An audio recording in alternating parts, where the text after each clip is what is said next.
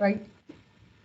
Good evening, everybody. Welcome to this virtual full council meeting following the introduction of regulations to allow remote meetings in the light of the current coronavirus pandemic. My name is Councillor Wendy Lott and I am chairing this evening's council meeting. I would like to inform everyone that this meeting is being live streamed on the council's YouTube channel to enable the public to observe the proceedings, and I welcome anyone who is watching. Before we move on to the agenda, I would like to explain how we intend to conduct the meeting. And in terms of etiquette for the meeting, can I just remind everyone that they should mute their microphone and turn off their videos unless they are speaking. To allow me to manage the meeting, if any member wishes to speak, please indicate by using the raise your hand function on the Teams platform. When I call your name, you should turn on your microphone and camera and introduce yourself. As all members have been sent printed copies of the papers, we don't intend to share them on the screen. But for any members of the public watching, the agenda papers have been published on the council's website. They contain 3 motions, 3 reports and 6 member questions. I will ask the relevant member to introduce and move each motion and the reports, and for another member to second those items. Following any discussion on each of the motions and reports, I will invite the mover of the motion or report to exercise a right of reply, and I will then ask members to vote. In order to vote, can members please use the raise your hand function on the Teams platform, and if anyone is unable to use the raise your hand function, I will ask those members to verbally declare their vote either for or against.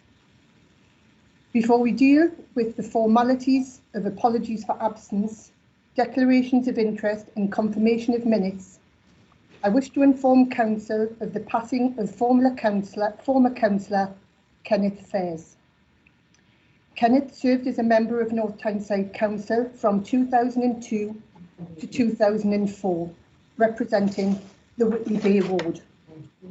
Can I ask everyone to please observe a minute's silence?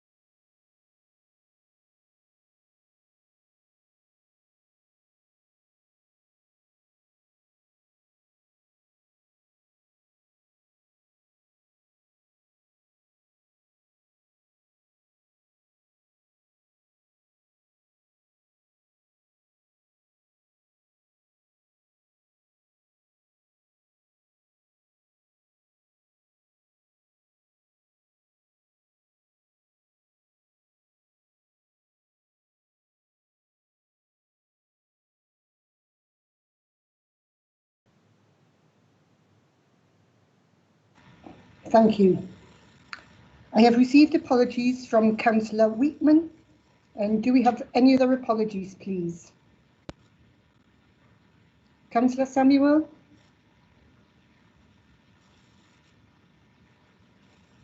Sorry, just apologies from Councillor Rankin for possible lateness. Thank you. Do we have any other apologies? No, right. Declarations. Sorry, Chair, it's Councillor Brockbank, Councillor Ken Barry as well. Councillor Barry, thank you for that. Sorry, Chair.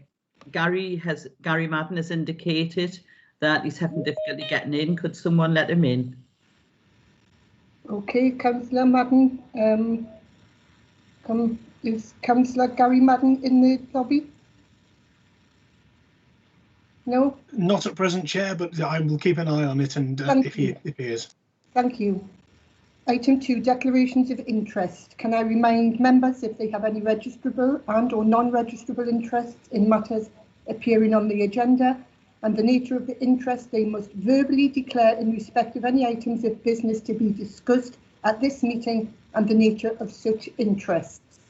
You're also invited to disclose any dispensation from the requirement to declare any registrable and or non-registrable interests that have been granted to you in respect of any matters appearing on the agenda. Do we have any members that wish to declare an interest? I have Councillor Gary Bell. Yes, good evening, Chair. I'll be speaking on motion 1, and I'm a member of a trade union, which is in my registrable interest. Thank you for that, Councillor Bell. Councillor Oliver. Thank you, Chair. Page 57, I have a family member who comes into the SEND category. Thank you very much, Councillor Oliver. The next item on the council meetings. Chair, Councillor Anthony Oh, McMullen. sorry, Councillor McMullen, I didn't see Sorry, you. yeah. The first motion I'm proposing, and I also am a member of 2 trade unions, which are declared on my registrable interests. Thank you, Councillor McMullen. Do we have any more declarations? This time. Item 3. The next item is minutes of the council meetings held on the 21st of January and the 18th of February 2021, which have been previously circulated. Can I ask the council to confirm those minutes? Agreed. Agreed. Agreed. Agreed. Thank you. Item 4. Can I ask Councillor Bruce Pickard to introduce the chair of the Independent Remuneration Panel, Mr. John Anderson, and invite him to present the report? Chair, this report's been given by the Mayor. The Mayor? Okay, can I ask the Mayor to introduce Mr. Anderson?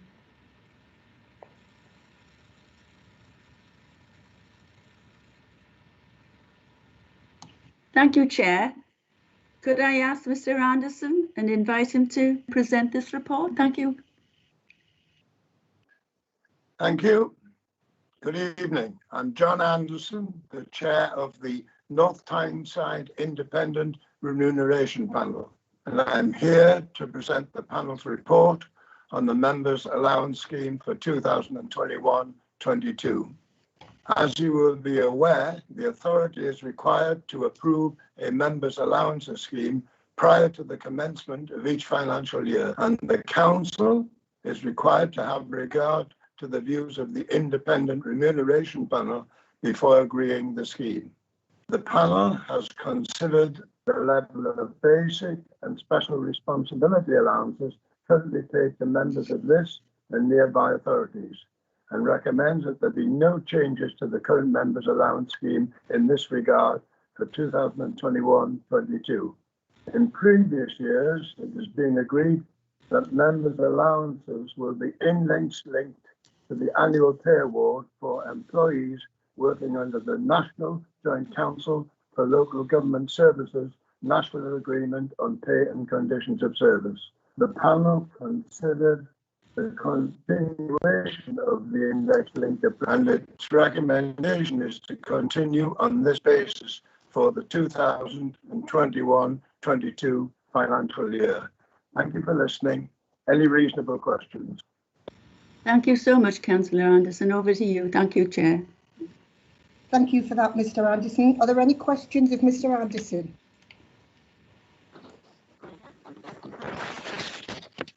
No? Can I now ask Mayor Redfern to move the report? Pardon? Can I ask you to move the report? I shall move the report. Yes, certainly. Thank you very much. Do you have a seconder? Can I second that, Chair? Sorry, I'm looking for the hands up. Right, it's Councillor Frank Lott here. I'd like to second that. And in so doing, could I also move the procedural motion that we move straight to the vote, please? Do you have a seconder for that? I second that, Chair. Right. Can I ask now that the question be put? So the first thing we need to do, Chair, is take a vote on whether the motion is to put the question is approved. So could I have indications from all those in favour of going straight to the vote, please? Indications by raising your hand. Right.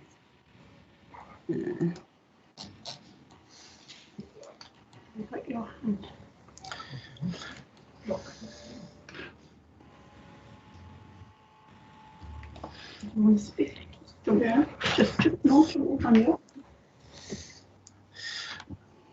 Chair, I can't go in. Sorry, Chair. Chair, Brian Burris, I can't Hungarian, so I'm for.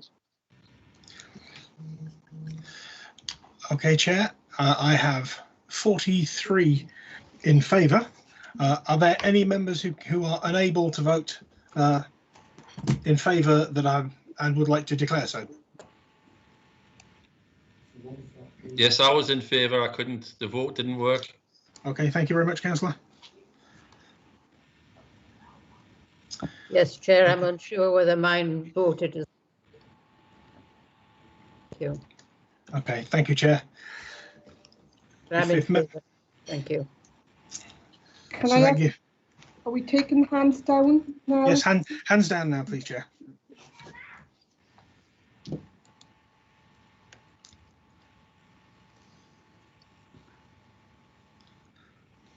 So is anybody, can we ask all those who's got their hands up to lower them, please?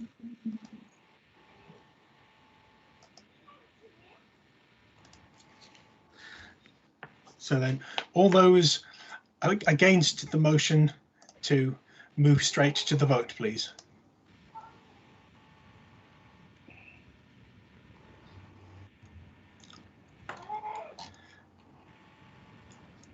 I have 3 hands against at the moment, Chair. Sorry, 4. I'm now showing 4 hands. No, it's. I shall pause.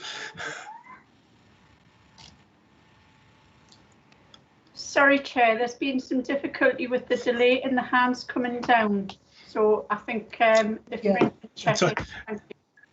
I can see now I have 4 hands showing as against, Chair. So the procedural motion is carried. Okay. So you now move straight to the vote on accepting the recommendations of the independent panel.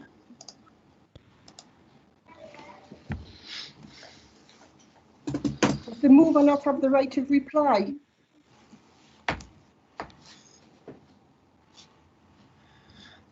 I believe, sorry, I believe the mover does, yes, Chair. Okay. Would you like to reply to the motion, to the report? Sorry. Thank you, Chair. Yes, I just want to say thank you very much to Mr. Anderson. He's always been a great help to us here in giving his advice and helping us along.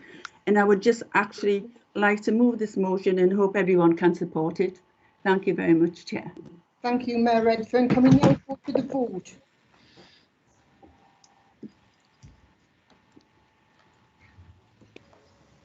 For those in favour, can you please raise your hands?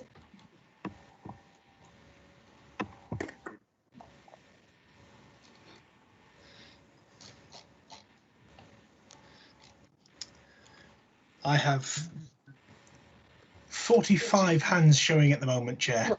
Chair, and I'm in favour. Councillor Brian Burris. Councillor Brian Burris, thank you. Chair, Councillor Alan Percy is having trouble getting in. We've got to make sure he's got it himself. Councillor Sterling, thank you. Have we got the numbers, Mr. Roberts? So that is 46 in favour, Chair. So those voted for, can you lower your hands? And anybody that wants to vote against, can you please raise your hand?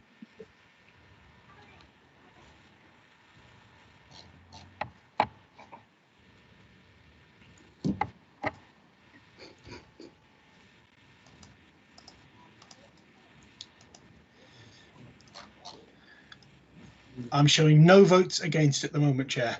No votes against. Okay, hello? So on that basis, the recommendation is carried, Chair. Thank you very much. Thank you for that. So, thank you. Can we now move on to item 5, motions. Motion 1. Can I invite Councillor McMullen to move the motion, please? Thank you. Yes, thank you. Thank you, Chair. Well, before you is quite a sizable motion, and I just want to add some extra words to it. So as the global economy has emerges from the COVID-19 crisis, We expect that employers would respect the years of service employees have made and support their business in the good times, and having the loyalty to help them through the rougher periods. Companies such as Centrica offer empty promises in their corporate mottos such as courage and care. And after many years, employees have built up benefits and sharing in the prosperity they have helped and that their businesses grow and make. What happens in this? With the race to the bottom in workers' rights and benefits, where does it manifest itself? Downward spiral with people having to claim benefits for being on lower salaries, potentially hitting the poverty line, a stagnating jobs market where people who would have left and then retired and finished their work out with a particular company are forcibly moved or made to retire earlier. So, for instance, in this motion, we mentioned British Airways. 51% of IAG, the parent company of that, their workforce turnover were over 50s. In the over 50s, of everyone who left, 51% were over 50, and 21% of their workforce was made redundant in the last year. Those sticking with their loyalty, receiving less pay despite the cost of living rising, leaving less disposable income to spend in the economy, perhaps even falling within benefit ranges and then having to drive more state-funded payments. These, inspired to seek employment elsewhere, may also fear the same offer of the same or lower pay once they're made aware that of this fire and rehiring that's going on between companies. It's just grossly unfair that we're just driving it down, and generation after generation, we're getting worse and worse standards and things. So I think there's one phrase I want to leave people with. I think we can all agree that we want to make a difference to society and those we affect, and that we all have a sense of responsibility which goes beyond our job. Now, whilst that sounds like some Labour Party leaflet and hope book, these are again the words of Centrica from their annual statement. Thank you. I move.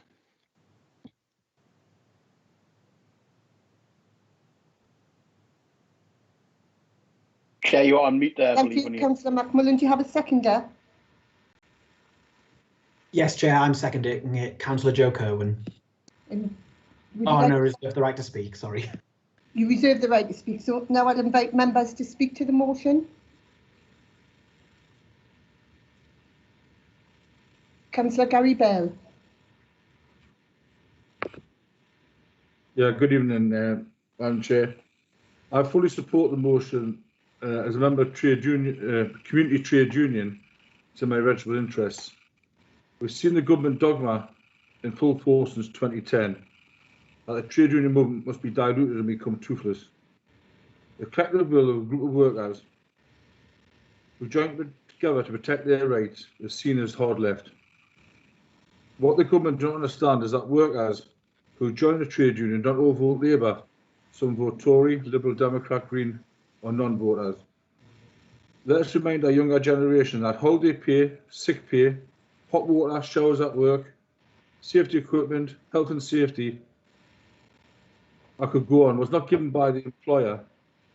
Our forefathers and foresisters fought for the rights facing jail, sent to colonies, blacklisted and death. Just watch the film Peterloo. Any brother or sister of the trade union movement who must strike to protect their jobs and their conditions have my fraternal support. Paul Scully, the Under Secretary for Business, who's mentioned in this motion, speaks for the government and the mask is slipped. They are not interested in protecting workers, but as usual on the side of the employer. Thank you, Madam Chair. Thank you, Councillor Bell. Can I bring in Councillor Brockbank?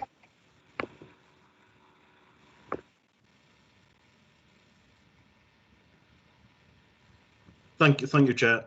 Just get my camera working. Thank you, Chair.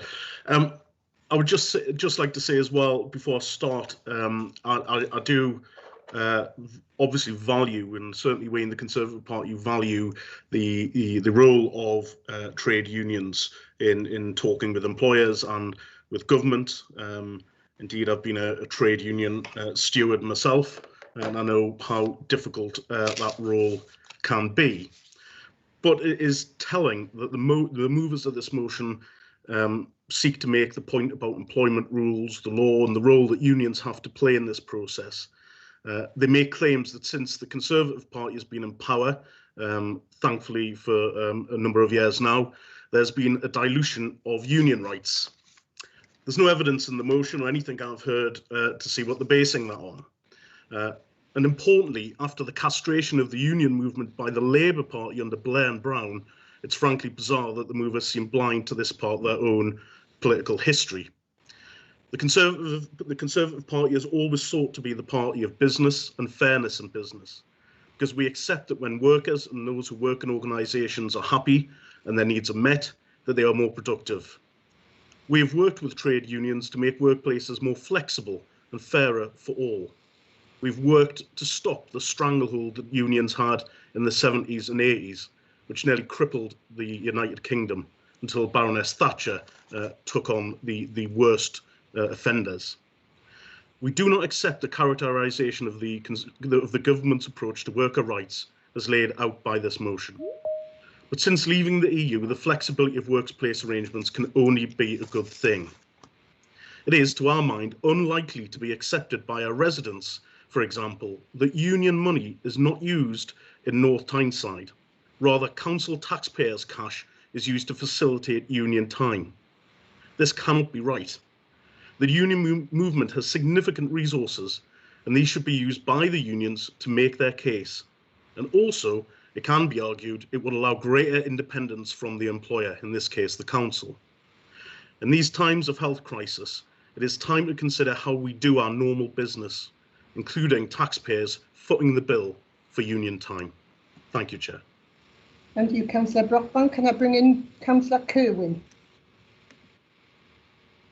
Thank you, Chair. And it's great to hear that Councillor Brockbank was such an active trade unionist. So active that he didn't know about the government's Trade Union Act of 2016, which severely restricted the powers of trade unions within this country. So there's your evidence of anti-trade union activity by this current government. During the pandemic, so many people have suffered in so many different ways, but we're getting towards the end of that. We can see light at the end of the tunnel. But for many workers, there is no end to that suffering. A lot of big international companies are using fire and rehire tactics to cut costs and increase payouts to their shareholders. Many profitable companies are doing this, and they're using the pandemic as an excuse.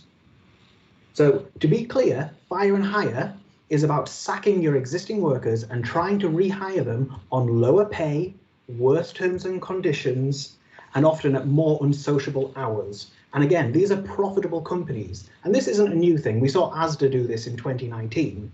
It's just now profitable companies, again, that are making a lot of money and are using this as a way to just make a bit more, are passing on pain and suffering to workers and people in North Tyneside. And we should be, as a council, we should be coming together to stand up for our residents who are suffering at this time.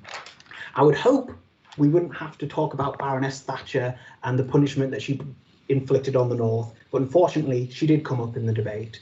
So hopefully we can use this moment now to come together again and to stand up for our residents and stand against fire and rehire. Thank you, Chair.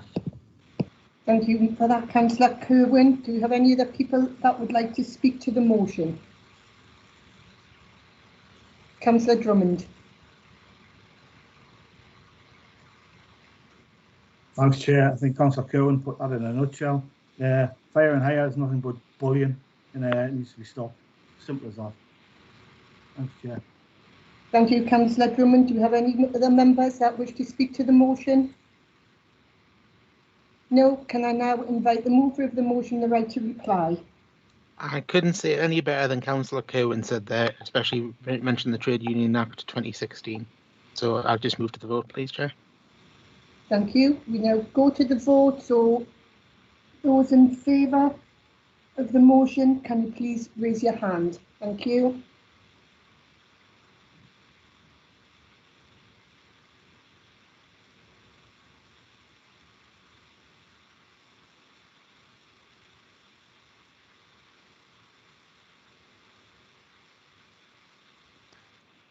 I have 48 hands showing, Chair.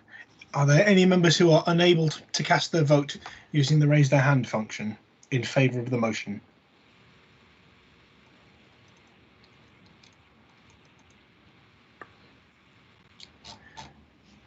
No. Can you confirm the numbers, please, Mr. Roberts? And that was 48 in favour, Chair. Now, can I ask you all to lower your hands, please?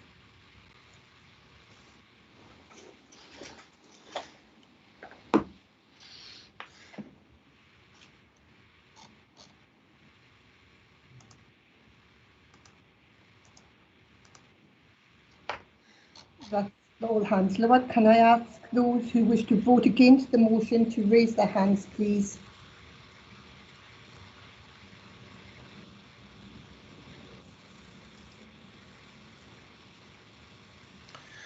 I'm showing 4 hands against, Chair. Are there any members who are unable to cast a vote against using the raise their hand function?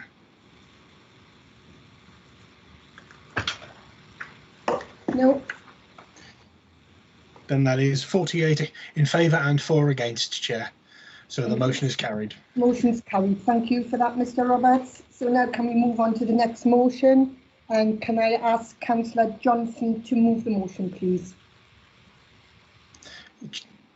Chair, if I may, Councillor Cox has her hand up. I believe she needs to make a declaration. Councillor Cox? My apologies, Chair. I work for the NHS and therefore will not be taking part in the vote. Thank you. Thank you. Thank you. Councillor Johnson. Thank you, Chair. The recent budget was an opportunity for the Conservative government to back North Tyneside. However, despite creating a raft of new funds and other opportunities, the Conservative government truly gave nothing to North Tyneside. The Local Enterprise Partnership, Labour and Tory MPs and councils united to form a very strong bid for the Blythe Tyne-Wear Freeport. The government ignored us and instead chose to give Freeport a seat where to stand to gain more politically, a decision which can cost the North East 60,000 jobs and £2.6 billion in investment. The Level Up Fund, where the government has prioritised the Chancellor's leafy Richmond Authority over North Tyneside to access and funding with up to £4 billion.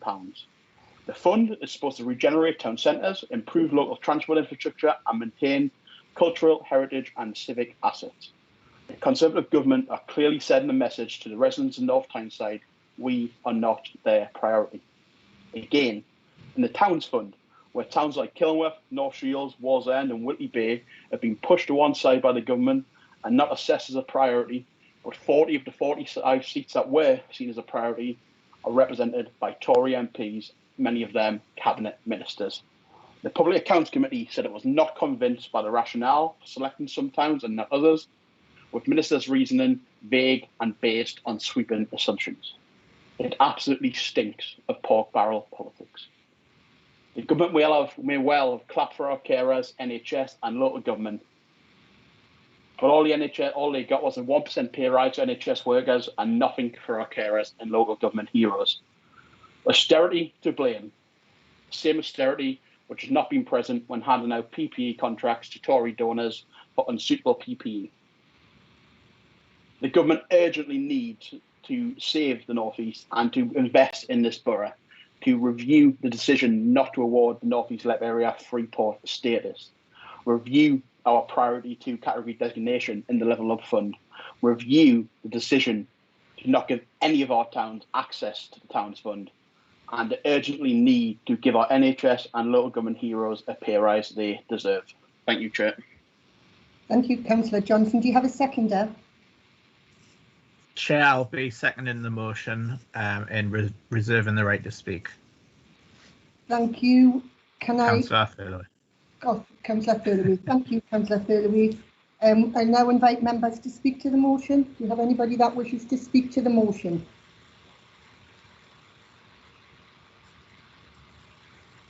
Councillor Bartoli. Thank you, Chair. So here on the Conservative Party, we're often accused by our Labour colleagues of bringing motions before Council purely to play political games. Well, if this is the case, the Labour Party have just produced a royal flush. The movers of this motion appear to have tried to throw the kitchen sink at us today in order to fulfil their social media quota for this evening. Despite this motion being crude and clumsy, it does raise some important issues. So I'll attempt to address a couple of the points raised to explain why I will not be supporting this motion this evening. I'd like firstly to address the decision not to award a free port to the Port of Tyne and instead to our close neighbours on the Teesside. So I tried to see what our local Labour politicians have been doing to promote this incredible opportunity by looking at the press and social media comments and our internal communications. These are a couple of the comments I found, and I quote, "There have been many models of free ports around the world which have simply displaced economic activity from one place to another or been opportunities for tax avoidance." This from our North of Tyne Mayor, Jamie O'Driscoll. Even better is, a free port is literally free loading. Or how about no thanks to a free port on the Tyne from our very own Councillor Wilson of Preston Ward. Contrast this with Ben Houchen, the Conservative Mayor of Teesside, who spearheaded their campaign, saying, "A free port in Teesside will supercharge our economy and create thousands of good quality, well-paid jobs. And that's why delivering a free port is the key part of my plan for jobs. This will be a truly transformational for our local economy and workers from across Teesside, Darlington and Hartlepool, putting money in the pockets for them and their families." I also went on to look for quotes from our mayor or cabinet and could find nothing internally or externally about promoting this amazing opportunity. However, my internal mailbox was full of discussion and debate on whether the chauffeur-driven car that the mayor uses should be called the mayor's chauffeur-driven car or the chauffeur-driven civic car that the mayor rides around in, even getting a legal opinion on the issue for the avoidance of doubt. I'm sure the residents of North Tyneside will be delighted to know how much time our Labour politicians have spent on this vital issue, while Ben Houchen was busy securing the future prosperity of Teesside. Is it any wonder that when the decision makers were faced with a Conservative mayor who was enthusiastic, forward-thinking and positive about a free port, set against the Labour voices of apathy, scepticism and political dogma, that the decision before them was clear? The failure for this area to be granted a free port lies firmly at the feet of our Labour politicians, many of whom are privately happy with the decision and cry crocodile tears in motions like this. The motion then goes on to pretend that our area has been ignored or left behind by the government. The movers of this motion are cabinet members, so know all too well the money given to North Tyneside by this government. Let's take a little look at some of what our area has actually received recently. This has included over 10 million.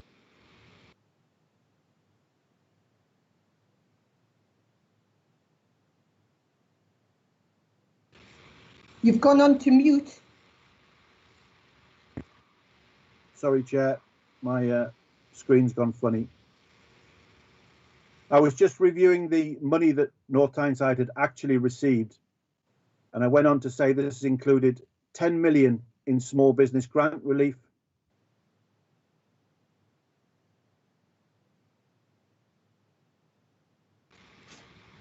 You're muted again. Thank you, Chair. For some reason, my system keeps knocking off. Have I come back on? Yeah. 10 million in small business grant relief, 11 million in business rates relief, 50,000 jobs saved by the furlough scheme at a cost of over £7 million, almost £1 million extra into welfare through the COVID winter grant schemes and emergency assistance grants, over £1 million in the COVID control fund to Northumbria NHS.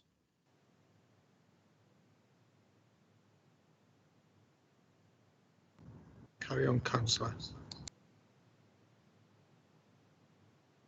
Am I back on, Chair? You're on mute, Chair. Yes, you can continue. You keep going on to mute, Councillor Bartoli. I don't know what the problem is. No, it's nothing I'm doing at my end, but I'll persevere through if that's okay. I'm nearly finished. Another £1 million to winter A&E funding, and also an additional 266 officers already in our Northumbria Police Force, while the council itself has had over 16 million in additional funding. This motion fails to recognise the huge investment provided by this government, while also failing to take responsibility for the fiascos of the Labour leadership in the North East. So for this reason, I cannot support this motion. Thank you, Chair. Thank you for your patience. Thank you, Councillor Bartoli. Councillor Wallace.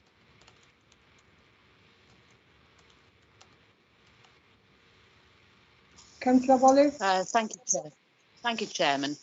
I absolutely agree with the comments which have just been made by my colleague, Councillor Bartoli. The contrast between what has happened here in North Tyneside, in the North East bid, and what has happened on Teesside could not be more stark. And it's very interesting that the movers of the motion have chosen to totally ignore the fact that Teesside's bid has been successful. We have seen in the Conservative elected mayor there, Ben Houchen, an absolutely unrelenting focus on business, an unrelenting focus on promoting his area, an unrelenting focus on promoting the well-being of the people there and increasing the jobs. He is well known locally, nationally and internationally because of, and how successful he has been. Contrast here with the North of Tyne devolved authority, which was part of the North East bid. And really, I think if you mentioned to most residents Jamie Driscoll, they'd probably say, who? He's renowned for, what has he achieved? Very hard to put, and indeed the disaster of... Councillor Wallace, your volume's very, very poor, your connection's poor. Okay, Chairman, I'll try plugging this in and see if that improves it. Thank you. So I think that the contrast between the Conservative success in Teesside and the Labour failure here couldn't be more marked. I think a further contribution to the failure of the bid has been the fact that the devolved authority on Teesside has been up and running for much longer than the North of Tyne one. And for that, again, we look to the failure of the local leaders to get their act together and establish a devolved authority several years ago when they had the chance. Instead, the North of Tyne one took much longer. The Teesside one has been up and running, and we've seen the success which they have had. I think also, Chairman, it's interesting to note the sudden enthusiasm of Labour members for free ports. I too am very keen on them, and indeed I've discussed the principles with the Secretary of State in the past in person.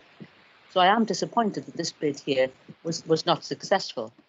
But I find the enthusiasm of Labour members really quite astonishing now, given that we are only able to have these marvellous free ports in the UK now that because we have left the European Union. The Conservative government got Brexit done, and we have this huge opportunity. I'd just like to remind people that when we debated leaving the European Union in the Council chamber, the Labour members were firmly in favour of staying, subject to the rules, subject to the regulations, subject to all the red tape and cost of Europe, of the European Union. So it's only because we've left that we are now able to take the benefits of having these free ports in the first place. Thank you. Thank you, Councillor Wallace. Can I bring in Councillor Green? Thank you, Chair. Thank you, Chair, very much. The vision for the North East to have a free port was extremely ambitious and it was carried on over 4 years of developing the bid. And the disappointment was huge, and not just for those people who would not have the jobs, who would not have the enterprise zone and all the rest of it, but it is by every indicator in the book very, very poor decision making as to where the free port was located, and everybody knows that this was a total political decision in a mayoral year to give the free port to Ben Houchen in Teesside. And it's as simple as that. And all the indicators, all the studies, all the numbers, all the cost benefit analysis, all bear this out. It was a political decision. Thank you, Chair. Thank you, Councillor Green. Can I bring in Councillor Brockbank? Thank you, Chair. Before I speak briefly on this, I think that Councillor Graham needs to retract what she's just said. Where's the evidence that there has been some political gerrymandering? Motion, please. Well, I think it's a point of order I'm trying to make here, that the unsubstantiated points need to be backed up. But fine. So to me, it's frankly ridiculous that Councillor Johnson suggests that the Conservative government doesn't pay heed to the needs of the North East, with millions allocated to transport and infrastructure development and other such schemes as Councillor Bartoli's touched on and Councillor Wallace across our area and indeed our borough. It's also bizarre that the movers of this motion seem to welcome low or no tax free port arrangements. So this is really to be very much welcomed. Is this a philosophical acceptance of free market principles by North Tyneside Labour? If so, absolutely, let's work together. Councillor Bartoli has shown that local politicians may say one thing and then vote another way, depending on what social media posting is required or leaflet material has been arranged for that week. He's also right that Mayor Houchen has shown local Labour leaders, how to do the job properly. This was an open competition, and that's why I made the point about Councillor Graham's comment. This was an open competition. Mayor Houchen put a good case. Perhaps the movers of this motion should put more focus on such bids in future rather than on generating headlines for leaflets. This is a disgraceful and charlatan attempt by Labour to detract from the simple fact. Labour don't deliver, Conservatives do. Thank you, Chair. Thank you, Councillor Brockbank. Can I bring in Councillor Pickard, please?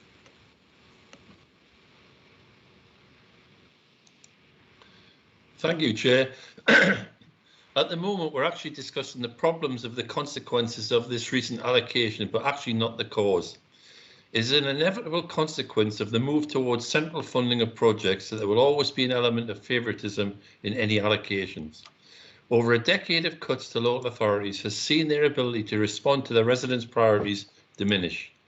Instead, we now have a bidding culture where authorities are pitched against each other for diminished resources.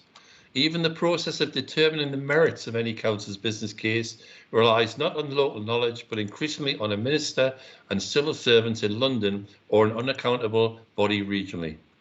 We have proved through the North of Tyne Combined Authority, contrary to the points we've heard already, that given the resources and the ability to determine priorities locally, we can meet the demand and support our economies in a flexible and rapid way, reflecting our local priorities, not the national ones that are averaged over a number of areas. The government's philosophy of regional powerhouses has proved that the nearer the problem you are, the easier it is to work out a support response. They need to copy this philosophy and extend it to local councils by allocating the resources in a fair manner and allowing the local councils in consultation with local people to know what is best for their area. Chair, I'd ask you council to accept this motion. Thanks, Councillor Pickard. Can I bring in Councillor John O'Shea, please? Can you hear me, Chair? Am I in? Yeah, you are. Okay, thank you, Chair. I heard Councillor Brocklebank mention the word disgraceful, and I think the Conservatives who've responded to this resolution have omitted to even address the disgraceful situation that has arisen around the recommendation or the indication from government about what I think is the most important part of the resolution, about the disgraceful potential offer of 1% increase for NHS staff, which is mentioned in the resolution. I think certainly during the last year or so, when we've had this significant challenges around COVID, we seem to have heard government minister after government minister said how well the really extraordinary efforts of the NHS staff have brought the country through a really significant time in their history. And every indication was that they would be rewarded at the end of it. And I think this is a disgraceful situation, but it's not surprising because it's claimed that Boris Johnson is a pathological liar, and he's proven once again that he is a liar.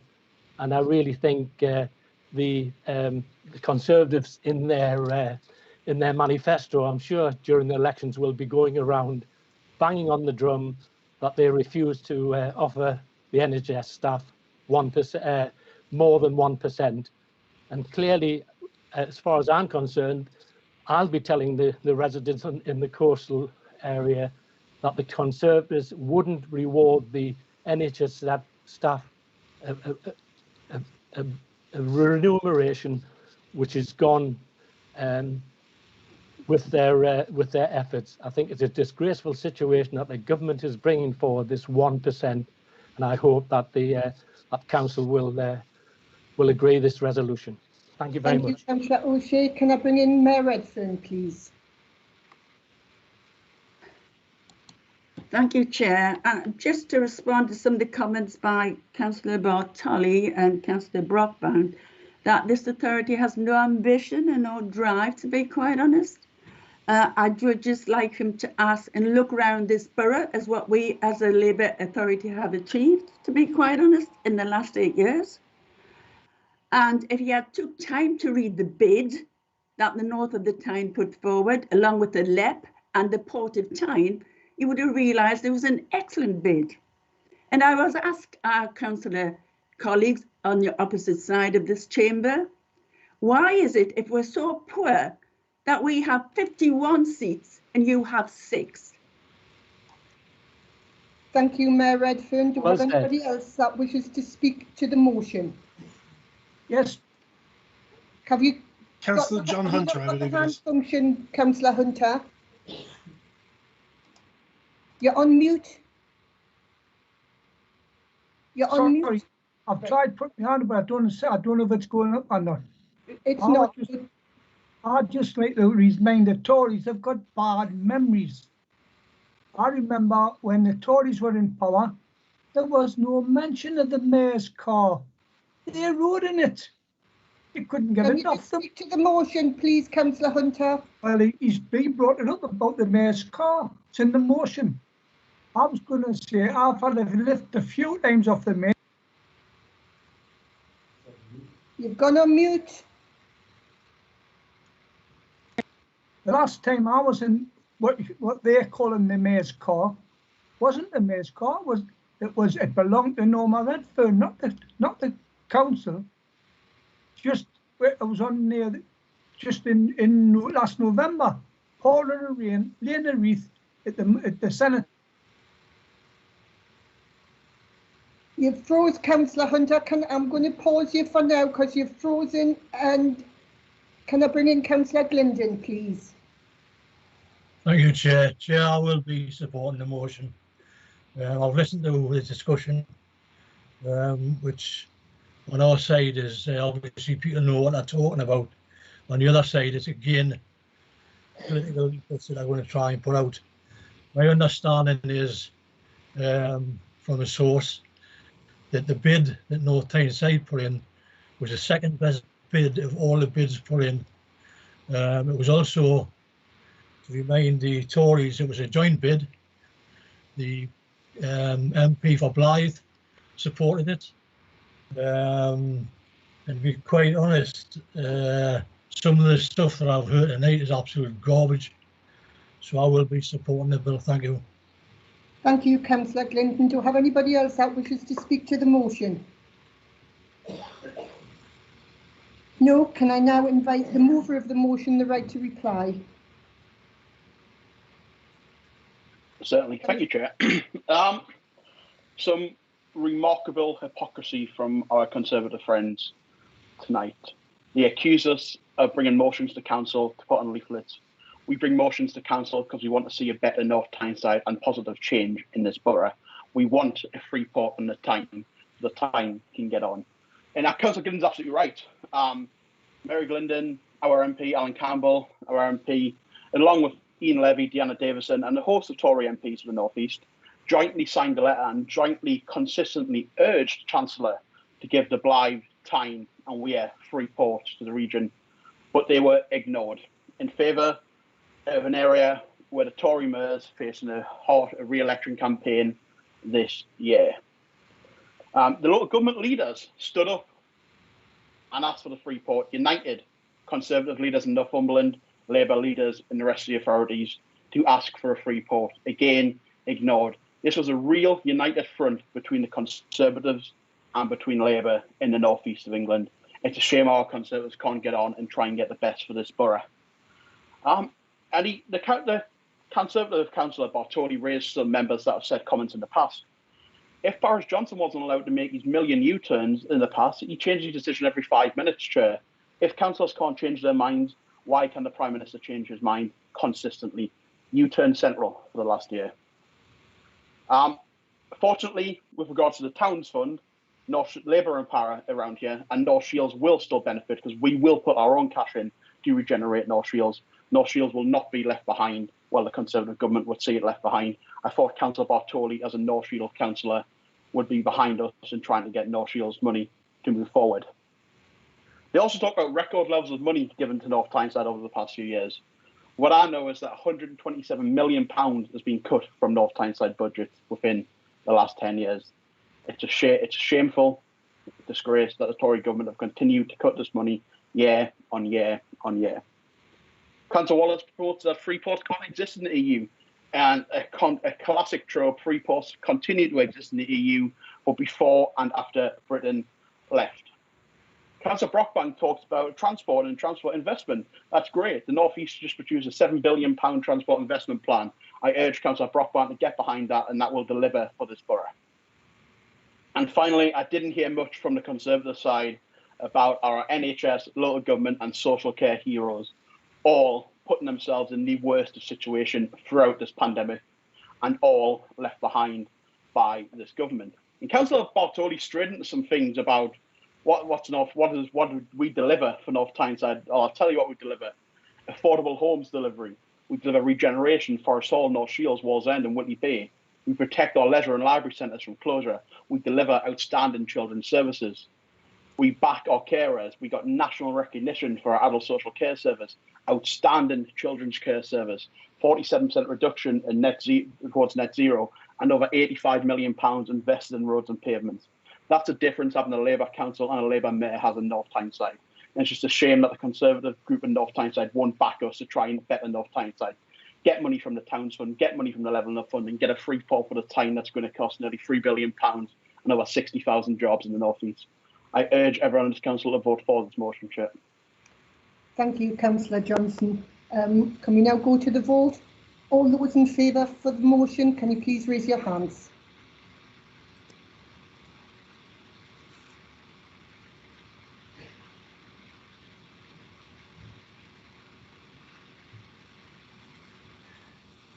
I am presently showing 46 hands in favour, Chair. Are there any other members who are unable to vote using the raised hands function? Chair, I'm in favour of that. I don't have my hands going. I'm not put them. It's not. Pressing. Thanks, Councillor Hunter. That's been noted. Okay. That gives us 47 in favour, Chair. Thank you. Can I ask you all now to lower your hand?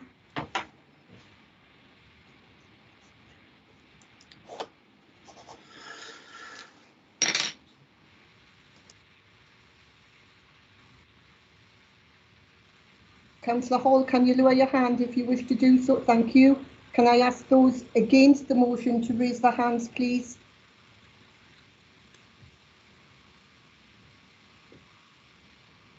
None against.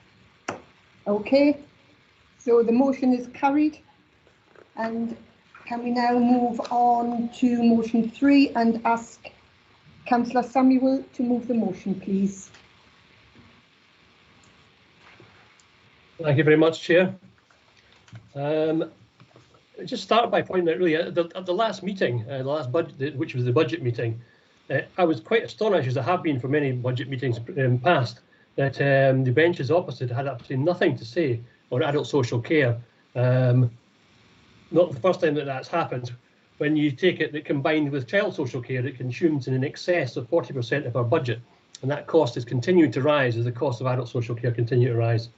It's a longer term crisis than COVID and has been a problem for years, and yet the opportunity was missed yet again in the recent budget. And as was observed by many people, the Prime Minister himself on his election said he had a plan ready for adult social care. We've yet to see it. So the burden has been placed yet again upon council taxpayers in a temporary, and I use the word temporary very not literally but certainly, it's a temporary precept year on year. And yes, I know when you raised the point of order against me at the last meeting, you said very clearly your intention was to take an equivalent sum from the reserves when you proposed that we didn't take the precept in the budget passed. But nevertheless, What you fail to grasp is that by doing so, the money was effectively lost. It was lost from the council reserves, undermining the stability of the authority, meaning that it couldn't be spent on anything else and wasn't there should there be a need for that fund. And it was lost from the revenue budget in this year, and in effect lost on the revenue budget in every year subsequent, reducing the amount of money the authority had to spend in adult social care, basically in perpetuity until such times if we actually get the permanent solution that we actually need. So whatever way you present it, you were in effect proposing to cut the resources available for adult social care in the year to come, and certainly subsequent years following that. We should all be in agreement that these costs, pending a permanent system, should not fall upon the council taxpayer. Therefore, the purpose in this motion is simply to ask, hopefully, the unanimous support of the entire council in saying to government these funds should be met by the council, should not be met by the council taxpayers in future, they should be met by government.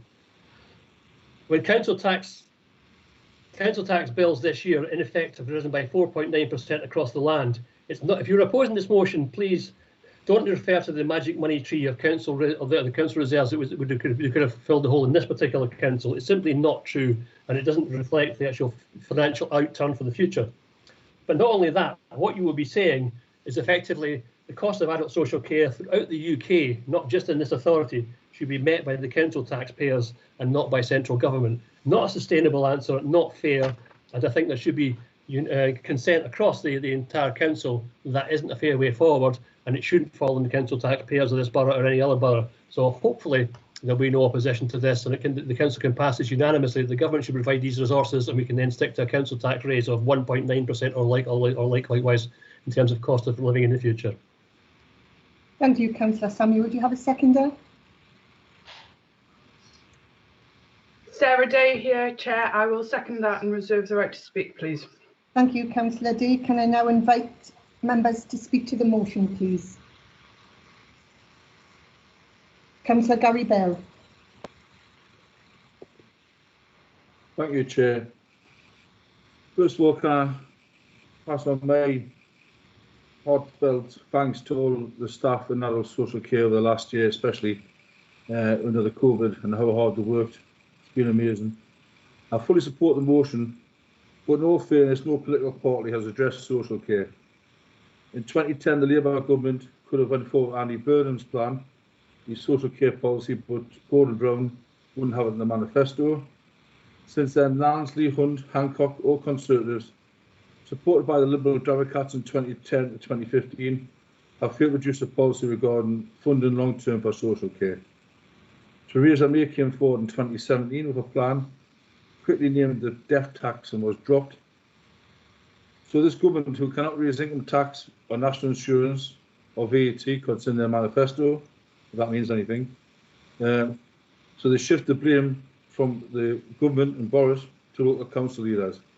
So the electorate are hoodwinked into blaming local politicians for the precept.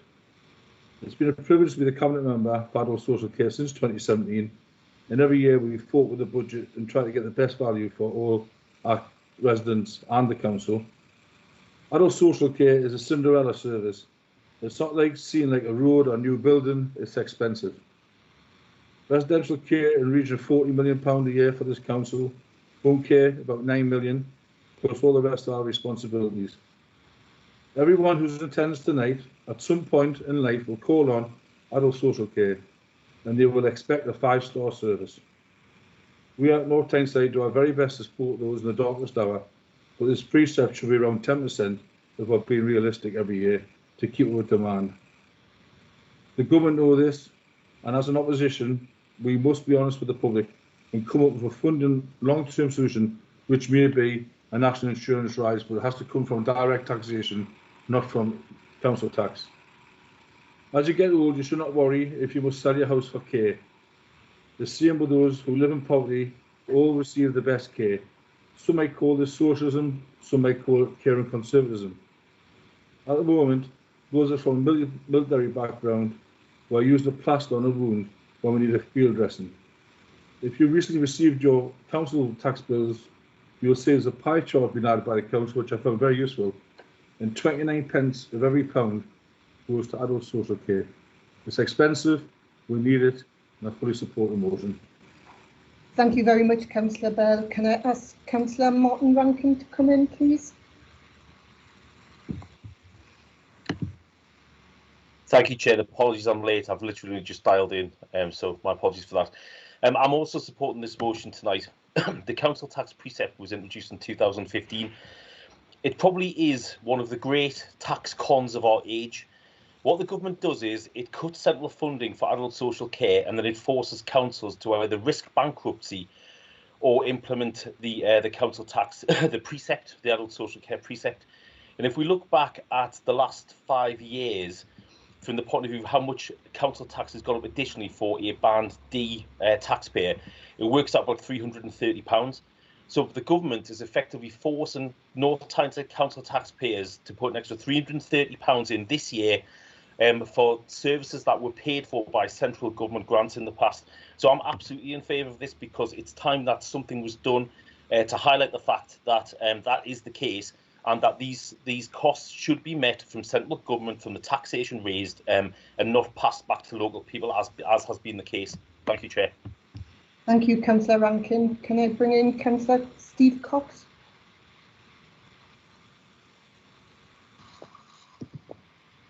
Thank you, Chair. Just a couple of quick comments.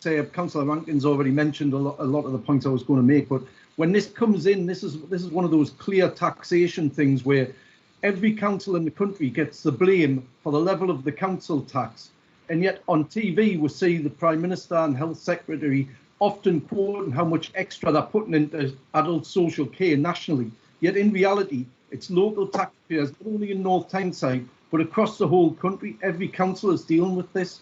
And when it comes to election time, I am sure there will be people who are saying that the council is putting up your council tax by 5%, fully knowing that the rest of it is adult social care, which is much needed. Everybody knows it's got to be funded, but people are sometimes a little economical with the truth, as they used to say it. Thank you, Chair. Thank you, Councillor Cox. Do you have any other members that wish to speak to the motion? No. Can I ask Councillor Samuel if he'd like to come in with his right to reply? Nothing to reply to. Obviously, thank you for the contributions. I'm pleased to see that this looks like it's going to be unanimous. Okay, thank you, Councillor Samuel. Can we now go to the vote? Those in favour of the motion, can you please raise your hand, please?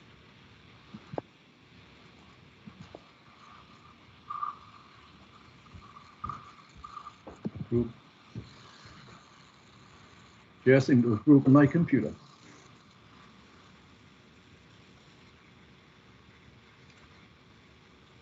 Is everybody that wants to vote able to vote? Have you voted?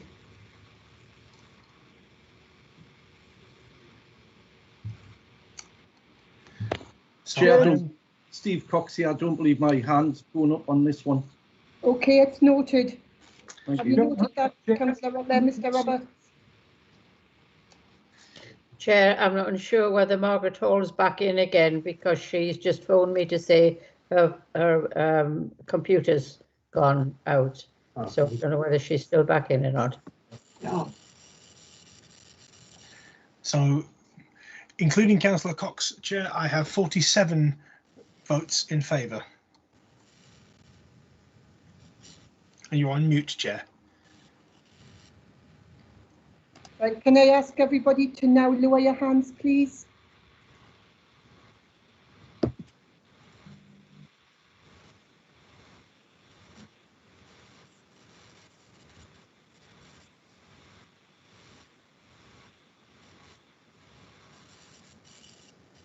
Thank you for that.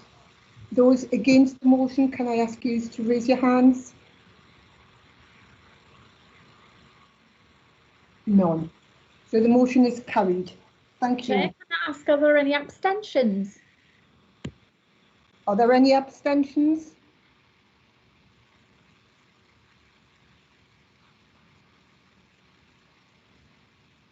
None? Are the Conservatives not in the meeting? Can I ask the question, is anybody abstaining from this motion? Councillor Brockbank. So that's 3 abstentions, 4 abstentions.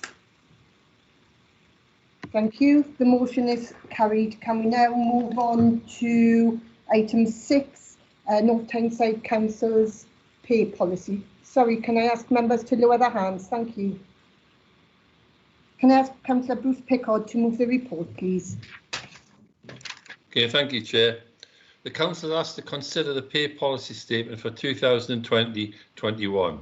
This report sets out the background of the pay policy statement, which is at Appendix 1 of the report. Under the Localism Act 2011, it is a legal requirement that the authority publish a pay policy statement by the 1st of April each year. The purpose of the statement is to set out the authority's policies on a range of pay matters relating to the workforce. The authority understands the importance of openness and transparency in setting pay which is fair, consistent and equitable across the workforce. It is also vital that the authority can demonstrate value for money, particularly around the role that senior leaders play in the organisation. The attached policy outlines current practice in the authority on pay and grading structure and job evaluation, policies and terms and conditions in relating to the remuneration and payment to chief officers. As stated in the authority's constitution, the power to determine terms and conditions in North Tyneside rests with full council. Therefore, the pay outlines decisions that the authority has already made in terms of its pay and grading structures.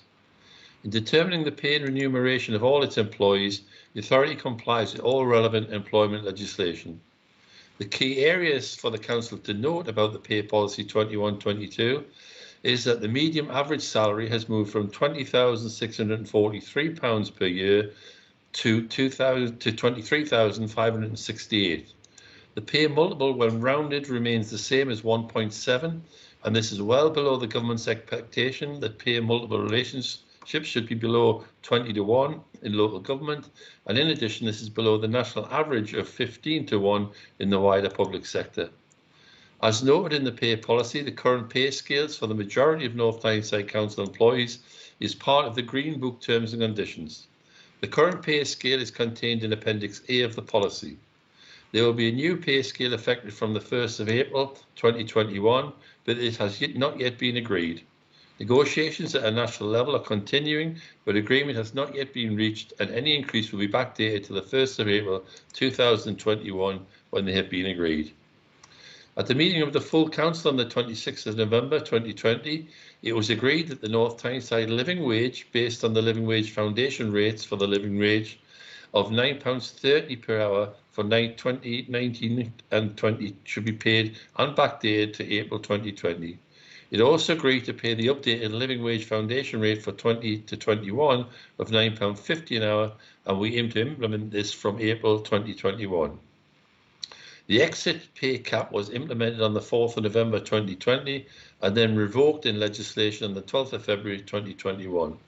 The government stated this was due to unintended consequences of the cap, and there is no update on the wider local government exit payment reforms, which was subject to consultation earlier this year.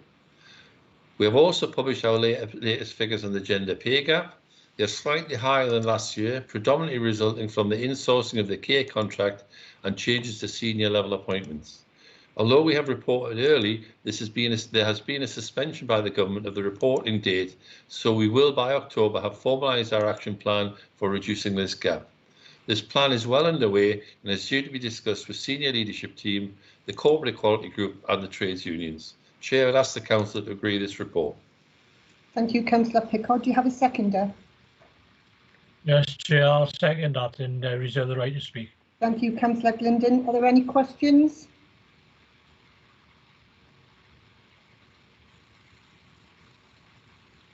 Nobody's indicating that there are any questions. I now invite members to speak to the motion. Would anybody like to speak to the motion?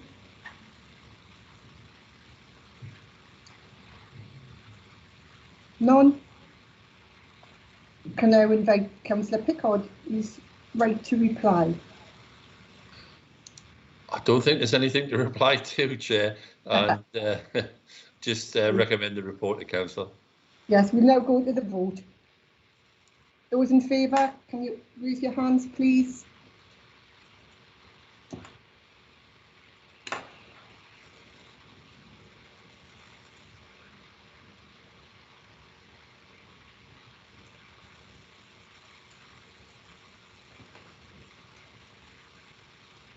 I'm showing 51 votes in favour, Chair. Okay, is everybody that wants to vote voted or able to voted? Right, can I ask you to lower your hands, please? And anybody that wishes to vote against it, can you just hang on 2 minutes? Well, 30 seconds. Anybody against the motion, can you please raise your hands?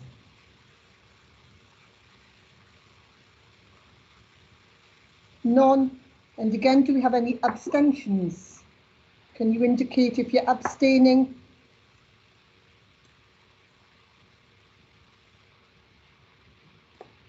None. Okay, so the motion is carried. Now go on to item 7, Children and Young People's Plan. Can I ask Councillor Peter Early to move the report, please? Julie Cruddas, Councillor Cruddas, can... Yes, Chair, thank you. Declaration of interest, actually, page 56, priority 3.1. I'm both an employee and director of Justice Prince, and we currently work in partnership with the authority, developing pathways for education and employment for young people. Thank you, Councillor Cruddas. Councillor Clark. Yes, thank you, Chair. Similar to Councillor Cruddas, I work for the same organisation, Justice Prince, and we have the same arrangement in place with North Tyneside. Thank you. Thank you, Councillor Clark. Councillor Early. Thank you, Chair. The purpose of this report is to seek Council's approval for the Children and Young People's Plan, which covers the period 2021 to 2025. Following Cabinet's approval of the initial proposals for the plan on the 30th of November, consultation and engagement has been undertaken with key stakeholders, including children and young people, to develop a plan that builds on our existing strengths, acknowledges areas of greatest need, and responds to what children and young people tell us is important to them. Final approval of the plan was given by Cabinet on 22nd of February, with agreement that the plan be submitted to full Council for approval. The Children and Young People's Plan is a key strategic document for the authority and partnership. To deliver the objectives set out in our North Tyneside plan, particularly in relation to our people. It sets out a strategic framework and partnership priorities to ensure that all children in North Tyneside are able to achieve their full potential, keeping them safe, happy, healthy, with a voice and with opportunities. The positive work of the authority and its partners in delivering services to children, young people and their families has demonstrably improved outcomes in terms of education, health and care. Last year, this was recognised by the authority receiving an outstanding rating for its services to children. Most recently, the authority and partners have worked tirelessly to provide effective support to children and young people during the COVID-19 pandemic.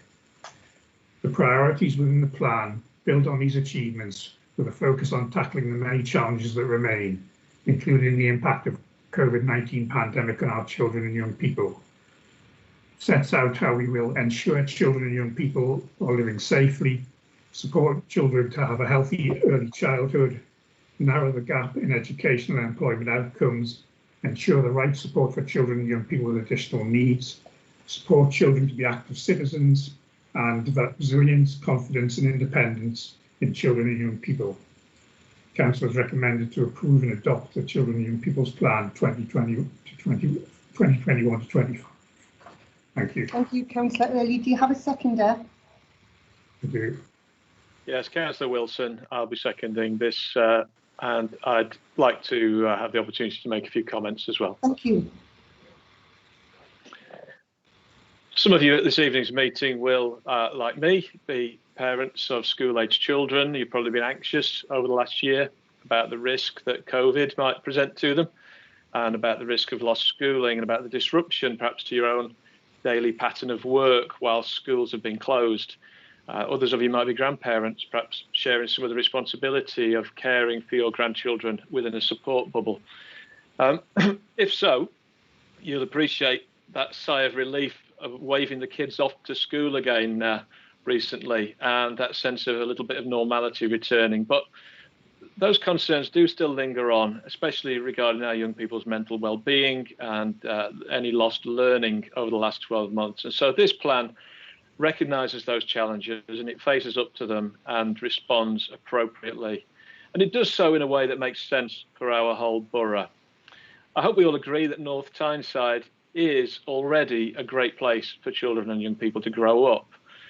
We also know that many children and young people do face challenges, economic challenges, medical conditions, family pressures, all things that make their lives more challenging than they ought to be. So this is a great plan, and it's an important plan for all of our children and young people and their families, but especially for those who may need extra support in the years ahead. I've seen this plan being worked through various stages of development, and I've been really impressed by the inclusive approach that's been taken to the consultations. And this plan is a great example of the importance of taking time to listen to all stakeholders and to take comment on board, including feedback that may not be easy to hear. I particularly want to commend to members the outcomes framework that's contained within this plan, which is known as the 5 I's. I think it's something that we all need to become familiar with. I am safe, I am healthy, I have opportunities, I have a voice, I am happy. I hope that's what we want for all of our children and young people. And this framework helps all those who work with children and young people in the borough to be able to align their priorities around a common vision of what good looks like. And so in closing, I think this plan will help us to build on an already strong foundation of our great schools and our outstanding children's services team. And I'm very pleased to commend this plan to you all this evening. Thank you, Councillor Wilson. I now invite members to ask any questions of the report. Is any members that wish to ask any questions? None? Okay, I'll now invite members to speak to the motion. Does any members wish to speak to the motion? None? Right, we'll go straight to the vote. Those in favour of the motion, can you please raise your hands, please?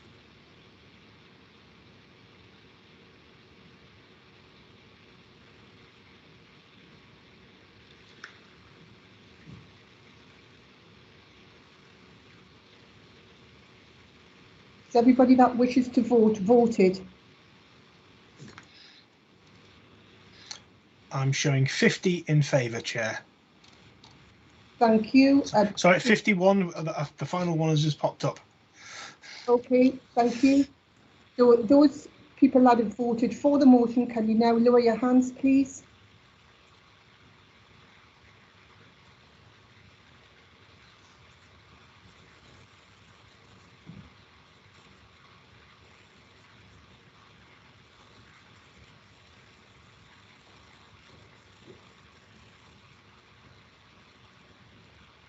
Is there any member that wishes to vote against the motion?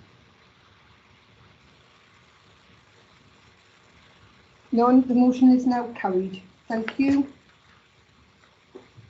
Right, we'll now move on to item 8, which is Chair's announcements.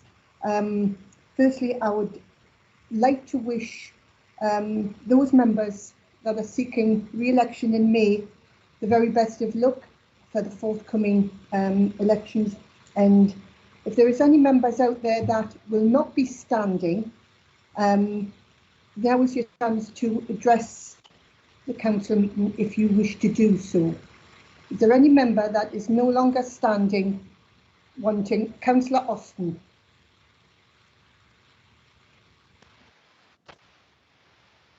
Thank you, Chair. Thank you for the opportunity to speak to Council on my last Council meeting after a very, very long time. First of all, I'd like to thank all of the officers I've dealt with during my time on the Council. I'm grateful for all of your help and support. And I would particularly like to thank the Council's excellent arboricultural team led by Bill Taylor, and also the staff and members services, especially Carol Cawthra.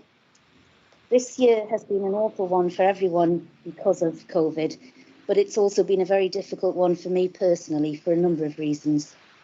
The last few months in particular have made me realise what's important in life. It's required great resilience, but has proved to me who my real friends are. So I would like to thank those of my colleagues who fall into that category. They all have the same things in common: honesty, loyalty and integrity. Ken Barry, who is sadly unwell tonight, has been a great support over the last year.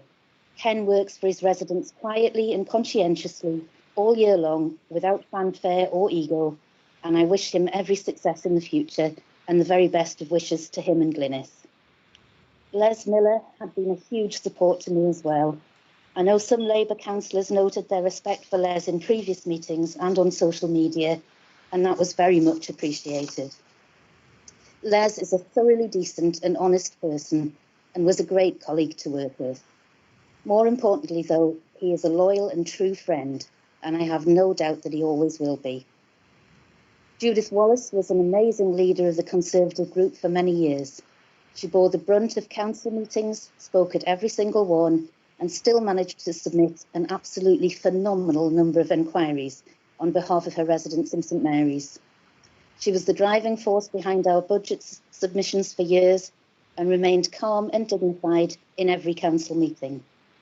Although Judith and I attended the same posh girls' school, I could never have hoped to achieve her level of grace and decorum under fire. I'd like to thank Judith for her loyalty, support and friendship over the years, and especially over the last few months.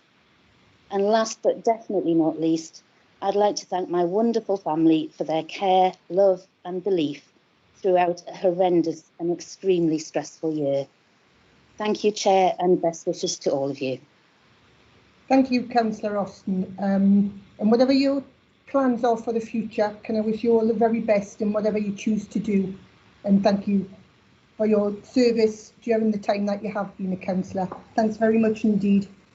Also, can I thank you.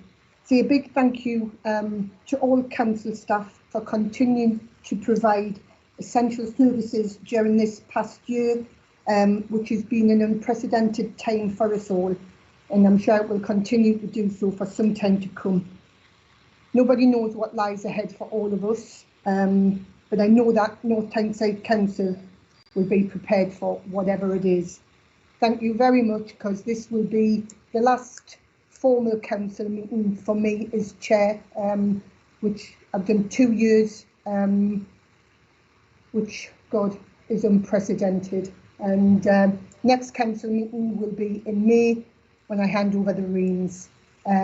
So happy election year to everybody. Stay safe, whatever you do and however you choose to do it. So good luck to you all. And can I now move on to Mayor Redfern for the Mayor's announcements? Thank you. Thank you very much, Chair.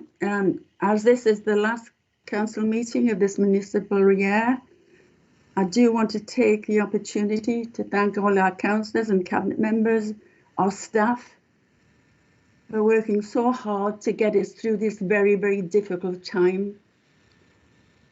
Our staff have been absolutely wonderful in the fact that they have ensured to continue essential services. Those staff who've taken the care, risked their own lives to go out and look after the vulnerable, the elderly, our young children. They are truly amazing. I would also like to thank those wonderful residents who, when we asked for volunteers to help those people who were shielding and who were on their own and needed company, someone to know that they cared, all those fantastic residents in North Tyneside who volunteered to do that for us. Thank you so much. Thank you so much. There is much, much good about North Tyneside. In fact, there are many, many great things about North Tyneside. And I'm sure, like many of you, we're extremely proud of being a resident in this borough. I would just like also to thank you, Chair, for your chairing this time. I have to tell you, it must have been an extremely difficult year for you. I don't think anyone else has had to do what you've had to do this year, to be quite honest. But you've done it remarkably well, and I thank you so much indeed. I want to say to Councillor Austin, I've known you for some time, and I do wish you well, and I'm sad that you are going. And I do, like you, had the greatest respect for Les Miller. He was a well-liked young man, to be quite honest. So when we come to the end of this meeting, I think we will all go off our different ways. Many of you will be electioneering, happily, I hope. But on the other hand, to be quite honest, I would just like to say, don't forget, we still have to be careful. We're not at the end of this journey. We won't be at the end of this journey for some time. So please, please continue to adhere to the rules.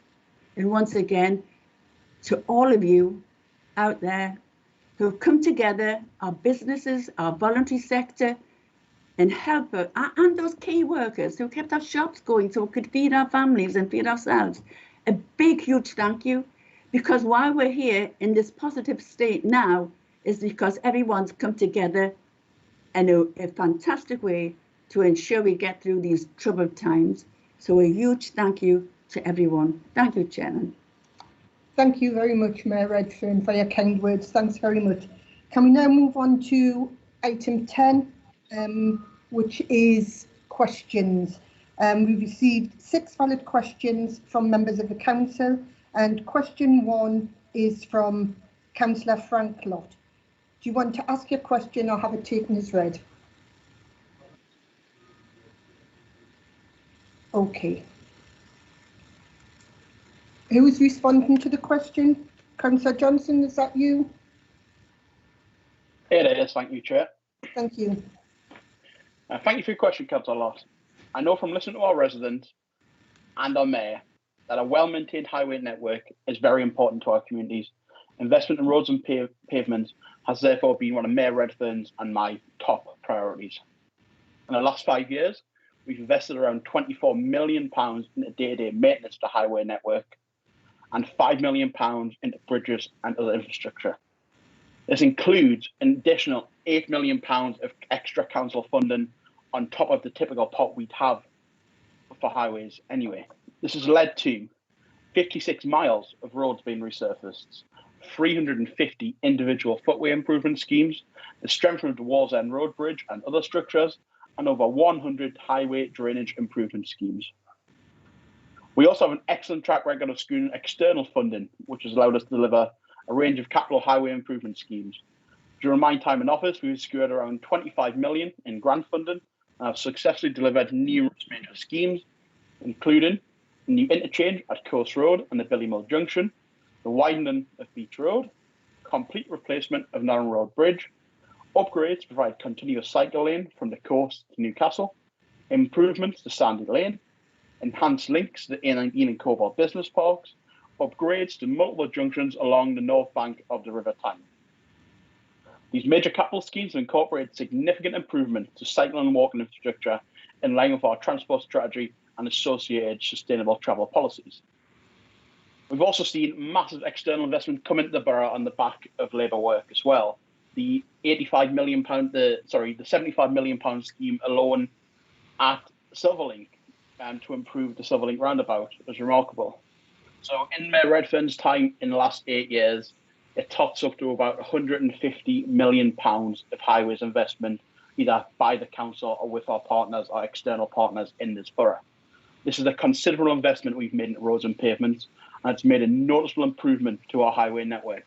Our latest surveys show that we're one of the best performing authorities in the region when it comes to the condition of roads and pavements. This is especially pleasing given that reduced government funding allocations have put extra pressure on local highways authorities to make up the shortfalls in maintenance budgets. I look forward to continuing the good work we've been doing in roads and pavements, which I'm sure will result in further improvements to the network in the coming years. Thank you, Councillor Johnson. Councillor Lott, you have a supplementary?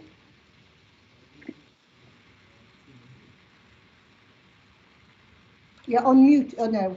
Sorry, yes, Chair, I do. As a pedestrian and a cyclist and a motorist, can Councillor Johnson confirm that this investment is going to continue into the future?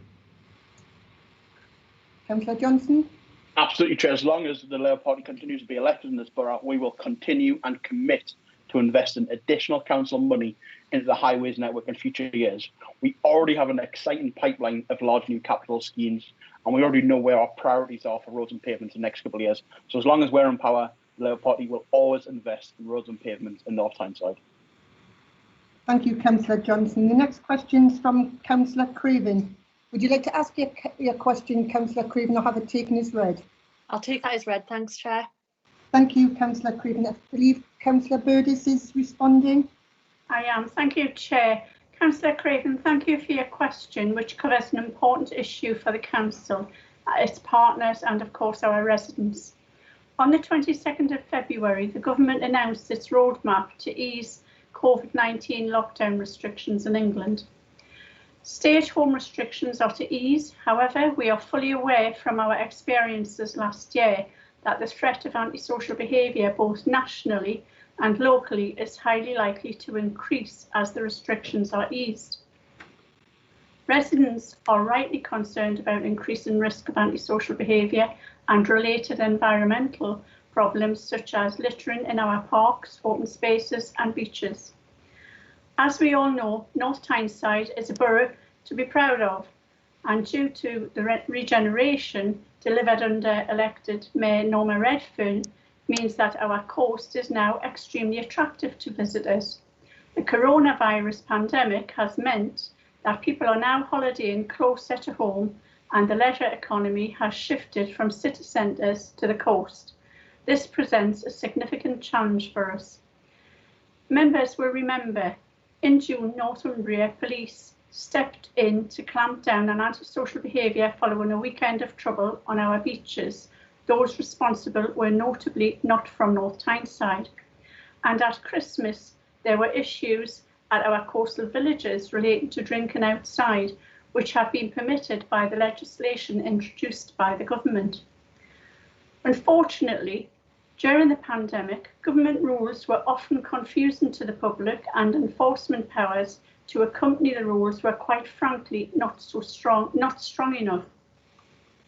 Our preparation for coming months involving a multi-agency approach led by the police, and Councillor Craven, you will be pleased to know that we have implemented the plan now because we recognise we cannot wait until summer itself. And remember, Councillor Craven, long before the pandemic, we introduced new community protection wardens, a new environmental rapid response team, an upgraded CCTV control room with new state-of-the-art cameras, a new CCTV vehicle and other redeployable resources targeting known hotspots. And during the pandemic, a further packages of measures has been introduced to tackle identified hotspots. These included the introduction of a team of marshals to help advise the public on COVID guidance and regulations, and the introduction of a team of COVID enforcement officers to bolster our regulatory capacity. We have also introduced more flexible working arrangements across our teams to covering weekends and evenings. We have also have the implementation of operational Coast Watch with Northumbria Police and partners. This is the key operational policing plan decided to cover the warmer months from Easter until the end of September. The plan includes increased policing and council controls, alcohol and drug stops at metro stations, and working with local shops around the sale of alcohol. Placing a temporary police station on the seafront, we are also expanding the marshal service by an additional 12 with an enhanced role to include enforcement powers across the borough. Each warden service will start earlier in April rather than June, and seasonal workers will focus on litter hotspots across the borough. We will also put in 100 more litter bins in areas of high footfall, including parks, open spaces, and at the coast, with a team focused on emptying and removing the litter. CCTV is an important part of our strategy. We will be introducing a further 5 wireless CCTV cameras to cover all of the coastline, key parks and public spaces, including the Rising Sun and Lockheed Park, and bring in 2 more CCTV vehicles to increase the coverage of patrols across the borough, giving greater visibility and confidence to our residents.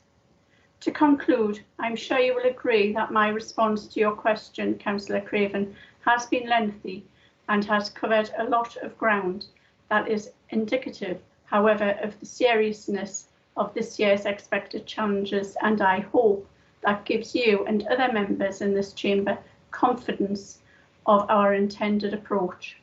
Thank you. Thank you, Councillor Burgess. Councillor Craven, do you have a supplementary question? Yes, thank you, Chair. I mean, that was really reassuring to hear, Councillor Burgess, how much that you've got in place to address this. Could you let me know how much the council set aside to support the delivery of the plan and the measures that you've suggested? Yes, I can, if I may, Chair. The cost of the extra measure has been introduced, and this is in the region of $250,000. It's around about 241.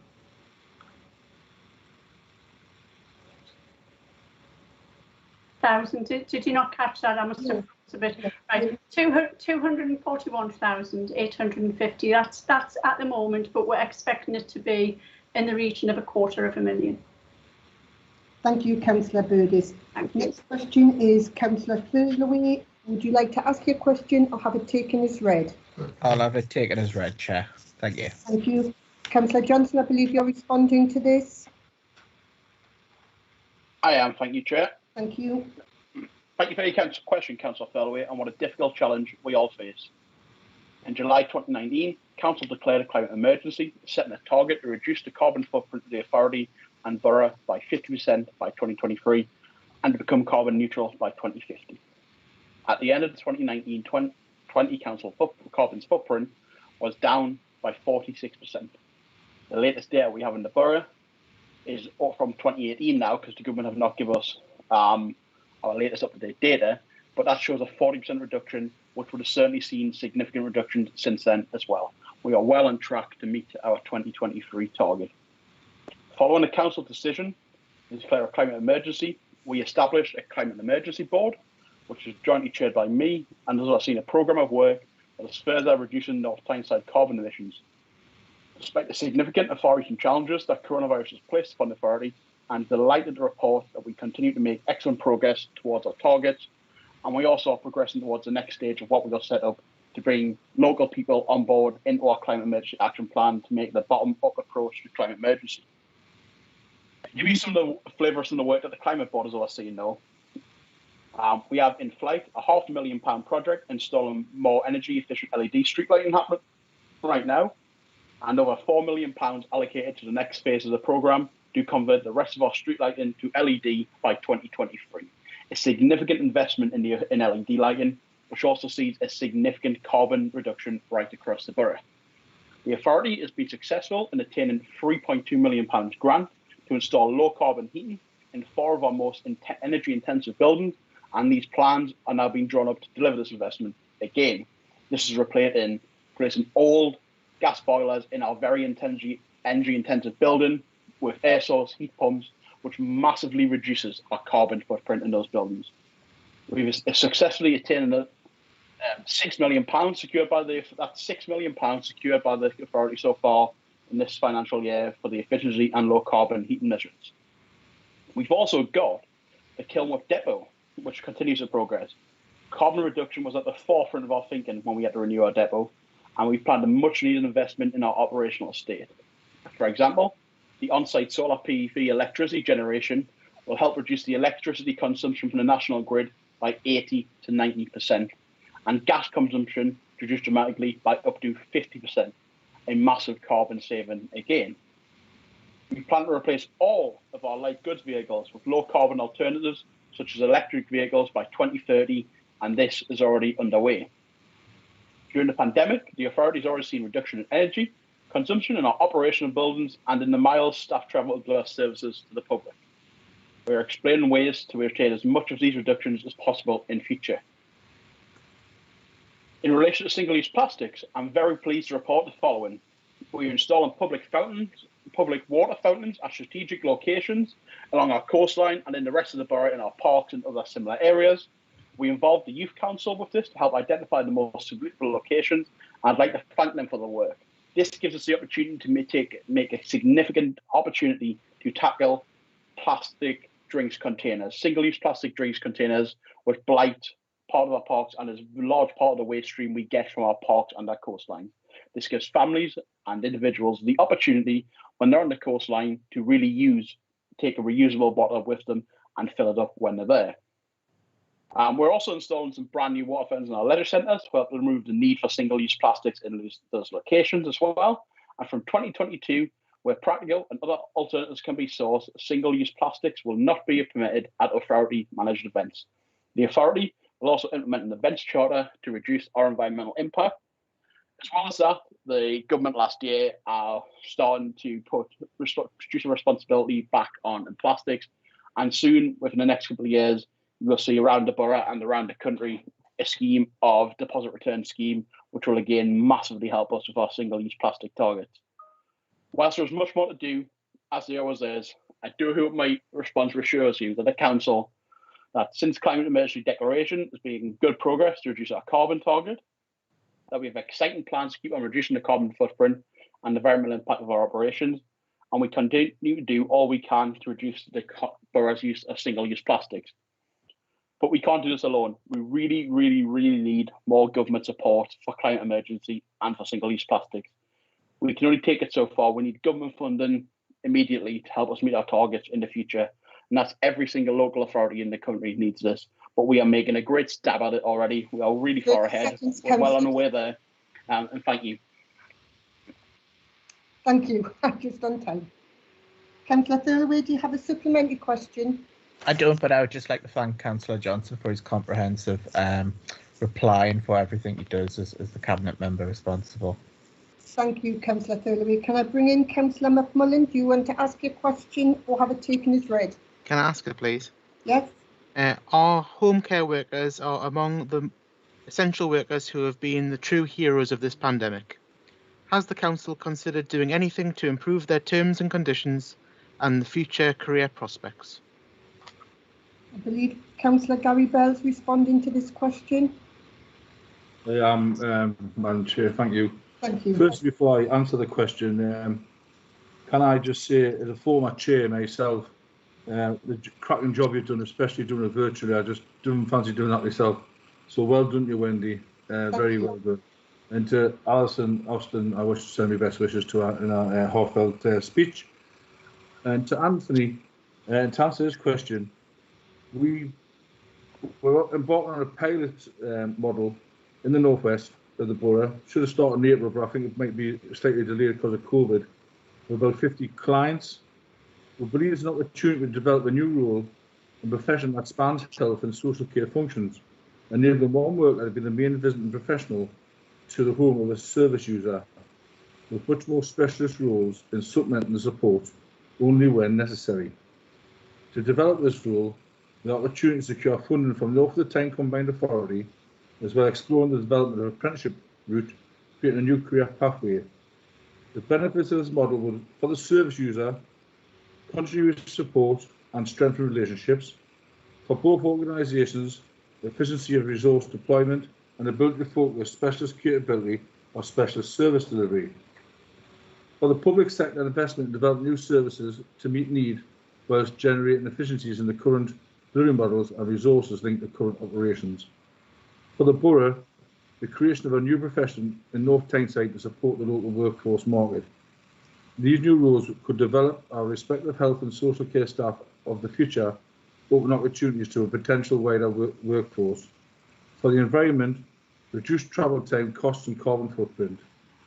The pilot could commence in April, like I say, probably delayed for a wee while, for a period of 12 months or 2 years, depending on potential apprenticeships, and then we could do an evaluation.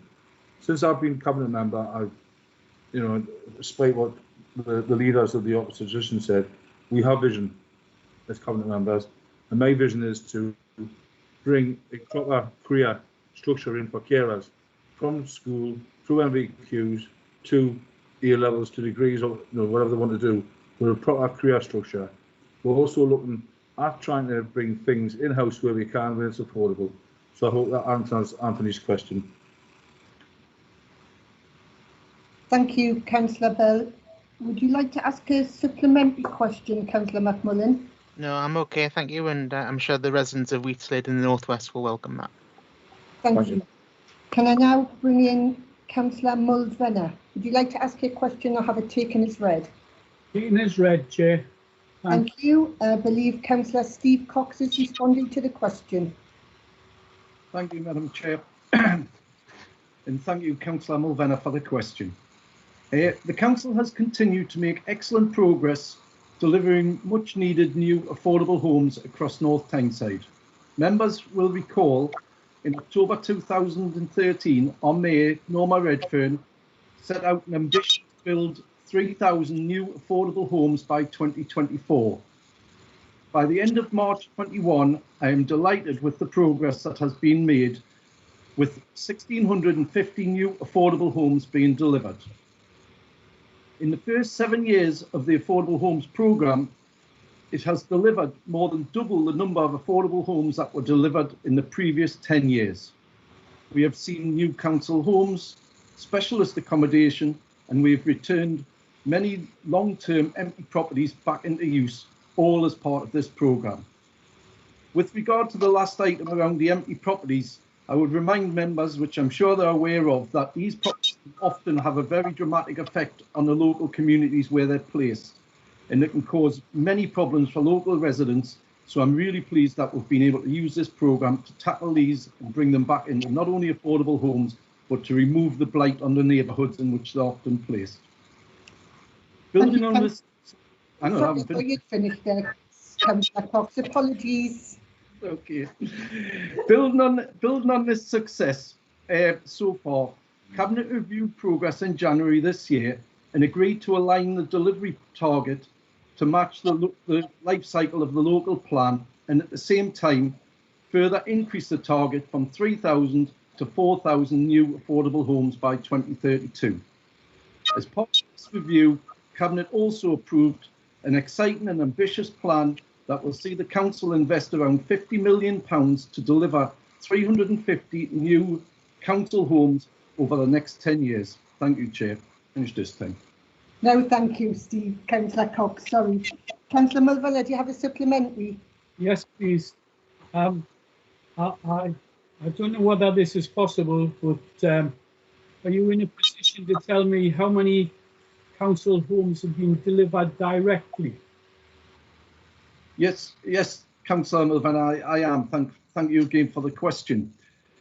Since 2013, the Council has directly delivered over 550 new council homes. This includes 363 new sheltered accommodation across the borough and nearly 200 individual council homes, including properties specially built for people with specialist housing needs.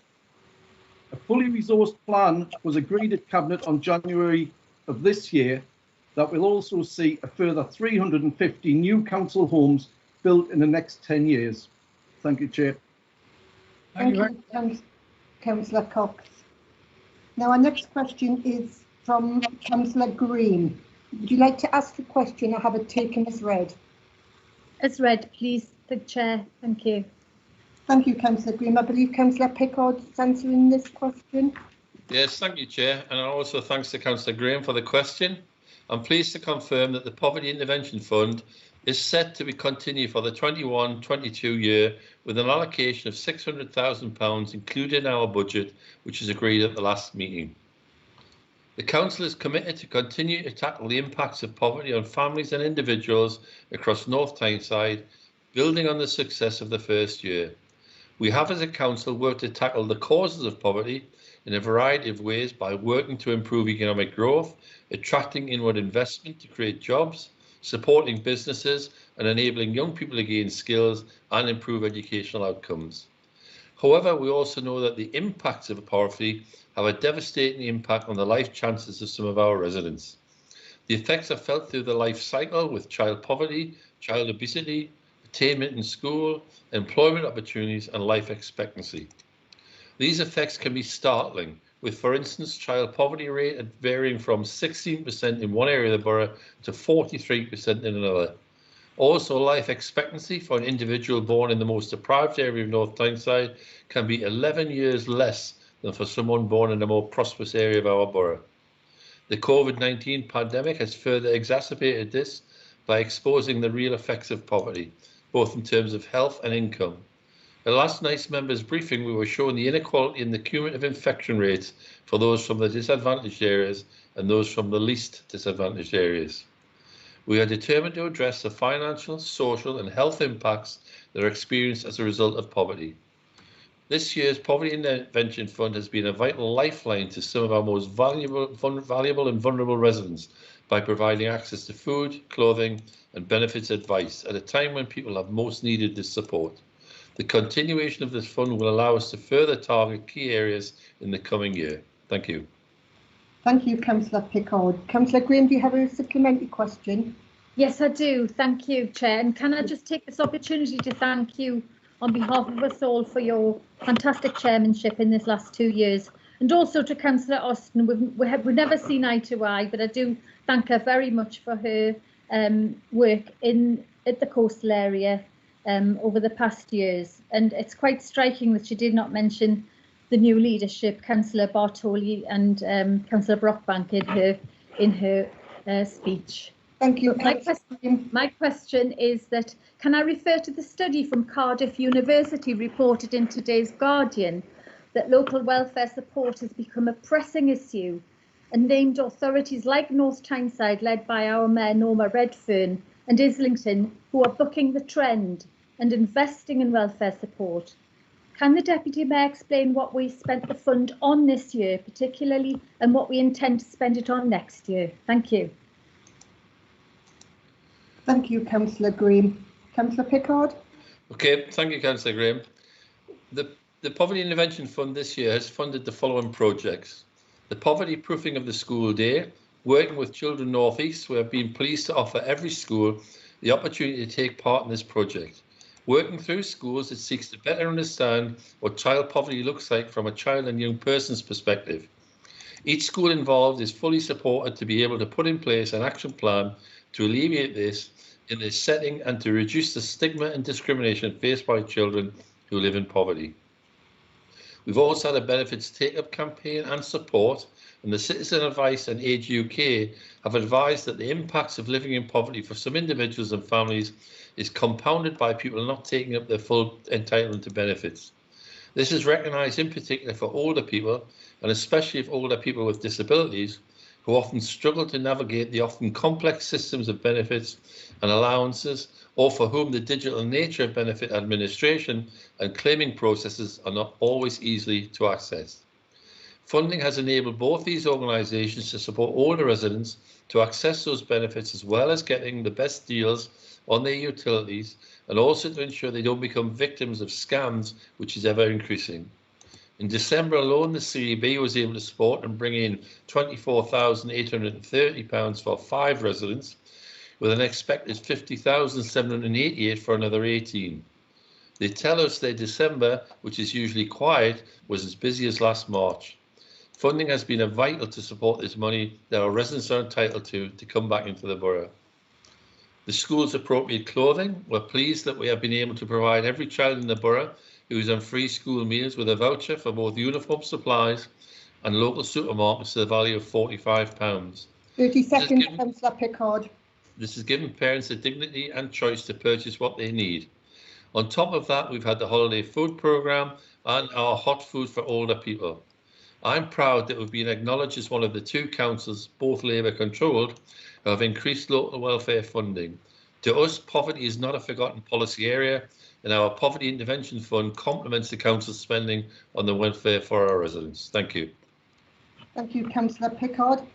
Well, that ends this evening's meeting. The next full council meeting, annual council meeting, is scheduled to take place on the 20th of May 2021, and details will be posted on the council's website in due course. That's the end of the business for this evening. I would like to thank you all for your attendance and many members of the public and any members of the public watching on the live stream. Thanks all. Have a safe time electioneering. Stay safe, be careful, and good luck to everybody. Thank you. Well done, Andy. Thank you.